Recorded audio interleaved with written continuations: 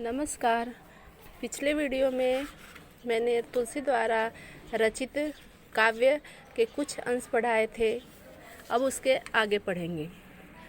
तब प्रताप उर राखी प्रभु जयहु नाथ तुरंत, अस कही आय सिपाही पद बंदी चले हनुमंत।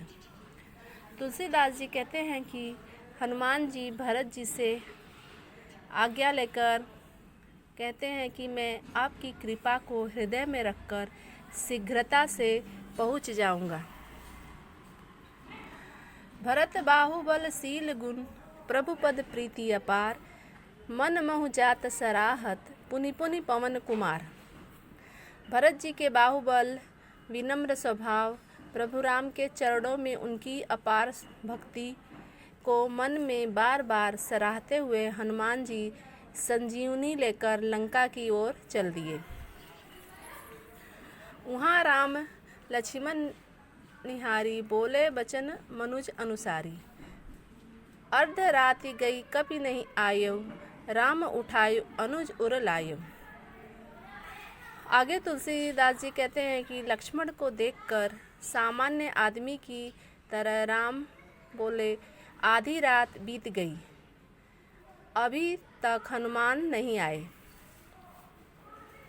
सकौ न दुखित देखी मोहि काहू, बंधु सदा तब मृदु सुभायु। वे बोले, लक्ष्मण तुम मुझे दुखी नहीं दे सकते थे। तुम्हारा स्वभाव हमेशा कोमल और विनम्र रहा। मम हित लागी तजेऊ पितु माता, सहु विपिन हित आतप बाता। तुम मेरे लिए अपने माता पिता को भी त्याग दिए और जंगल में ठंडी धूप तूफान आदि को सहन किया।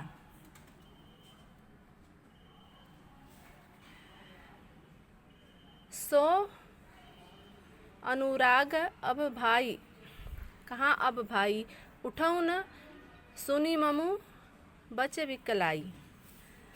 आगे कह रहे हैं तुलसीदास की वह भाई, वह प्रेम अब कहाँ है। तुम मेरे व्याकुल वचनों को सुनकर उठते क्यों नहीं।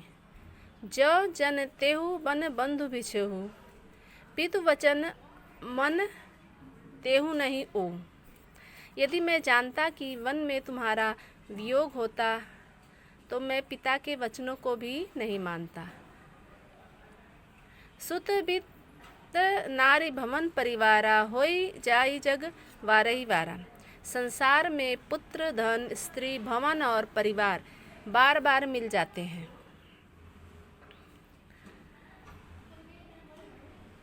सुत भी, परंतु संसार में सगा भाई दोबारा नहीं मिलता। उस विचार जिय जागौ ताता, मिलौ न जगत सहोदर भाता। यह विचार उनके मन में बार बार आता है और वह लक्ष्मण को जागने के लिए कहते हैं। जथा पंख बिनु खग अति दीना, मति बिनु फनी करिबर करहीना।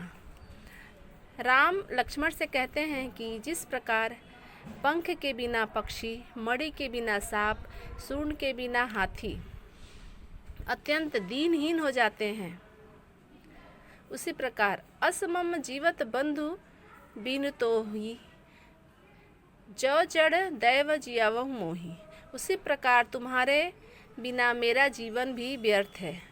यदि मुझे भाग्यवश जीना पड़ेगा तो मेरा जीवन कठोर अर्थात जड़ हो जाएगा। मतलब वो जिंदा तो रहेंगे लेकिन निर्जीव की भांति जीवन यापन करेंगे। जयहु अवध कौन मुँह लाई, नारी हेतु प्रिय भाई गवाई। आगे कह रहे हैं कि मैं कौन सा मुंह लेकर लंका जाऊंगा। लोग कहेंगे कि पत्नी के लिए प्यारे भाई को खो दिया। बरु अब जस सह तेहु जग माही, नारी हानि विशेष क्षति नाही। आगे कह रहे हैं कि पत्नी को खोने का अपयस मैं सहन कर लेता, क्योंकि स्त्री की हानि कोई विशेष हानि नहीं होती। अब लोकु सो कुसुत तोरा, सही निठुर कठोर उर मोरा। राम कहते हैं कि मेरा निष्ठुर और कठोर हृदय अपयश और तुम्हारे दुख को सहन कैसे करेगा। निज जननी के एक कुमारा तात तास तुम प्राण आधारा। और आगे कह रहे हैं कि हे भाई, तुम अपनी माता के इकलौते पुत्र थे और उनके प्राण के आधार थे। सौंपे ही मोहि तुम्हारी गति पानी, सब विधि सुखद परम हित जानी। और उन्होंने मुझे सब प्रकार के सुख देने वाला तथा परम हितैषी जानकर सौंपा था। उतरु काहू देहूँ ते ही जाई, उठ किन मोहि सिखाऊं भाई। वहाँ जाकर मैं क्या उत्तर दूंगा, तुम उठकर मुझे कुछ तो बताओ। बहुविधि सोचत सोच विमोचन, स्रवत सलिल राजीव दर लोचन। भगवान राम अनेक प्रकार के विचार करते हैं। उनके कमल रूपी सुंदर नेत्रों से आंसू बहने लगते हैं।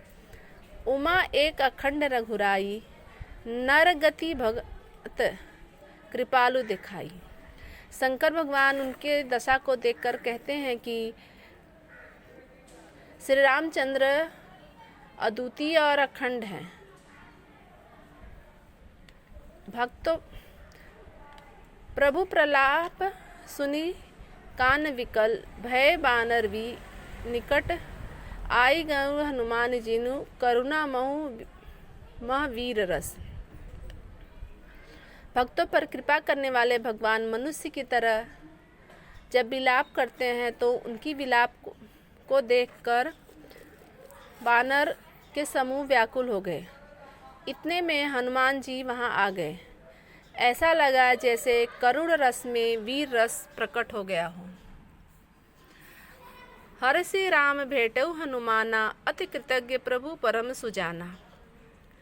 हनुमान जी के आने से राम इतने खुश हुए कि तुरंत उठे और उन्हें गले से लगा लिया। परम चतुर और समझदार व्यक्ति की तरह भगवान राम ने हनुमान जी के सामने अपनी कृतज्ञता प्रकट की। तुरंत वैद्य तब कीन्ह उपाई, उठ बैठे लक्ष्मण हरसाई।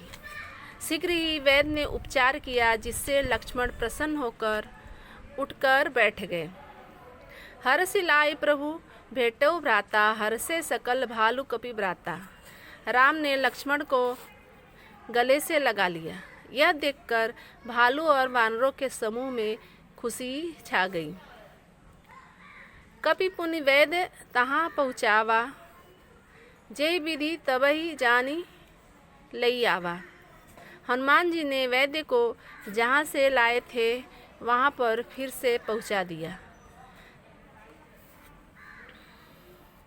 यह वृतांत दशानन सुनियो, अति विषाद पुनि सिर धुनियो। जब रावण ने यह कथा सुनी तो वह दुखी होकर अपने सिर पटकने लगा। व्याकुल कुंभकर्ण पही आवा, विविध जतन करी ताहि जगावा। और वह व्याकुल होकर कुंभकर्ण के पास गया और उसे जगाने के अनेक उपाय करने लगे। जागा निसीचर देखूं कैसा, मानव कालू देहि धरी वैसा। कुंभकर्ण जाग कर बैठ गया। तब ऐसा लगा कि मानो यमराज ने शरीर धारण कर लिया हो। कुंभकर्ण बूझा कहु भाई, काहे तव मुख रहे सुखाई। कुंभकर्ण ने रावण के दुखी मुंह को देखा और यह प्रश्न किया कि भाई, आपका मुंह क्यों सूख गया है। कथा कही सब तेहि अभिमानी, जेहि प्रकार सीता हरि आनी। तब वह अभिमानी रावण जिस प्रकार सीता का हरण किया वह सारी कथा कुंभकर्ण को सुनाने लगा। तात कपिन सब निशिचर मारे, महाजोधा संहारे। रावण ने कहा, हे भाई, हनुमान ने सभी राक्षसों को मार डाला, बड़े बड़े योद्धाओं का संहार कर दिया। दुर्मुख सुर रिपु मनुज आहारी, भट अति काय अकंपन भारी। अपर मनोहर आदिक वीरा, परे समरमही सबरन धीरा। दुर्मुख देवशत्रु नरांतक महायोद्धा अतिकाय अकंपन और महोदर अनेक योद्धा वीर युद्ध भूमि में मारे गए। सुनि दस कंधर बचन तब, कुंभकर्ण बिलखान। जगदम्बा हरियाणी अब, सठ चाहत कल्याण। रावण द्वारा सब बातें सुनकर कुंभकर्ण अत्यंत दुखी हुआ। वह रोने लगा और रोते हुए रावण से बोला कि हे मूर्ख, तुमने जगत जननी माँ जगदम्बा का हरण किया है और उस पर भी अपना कल्याण चाहता है। ऐसा शब्द कहकर वह रावण को समझाने का प्रयत्न करने लगा। धन्यवाद।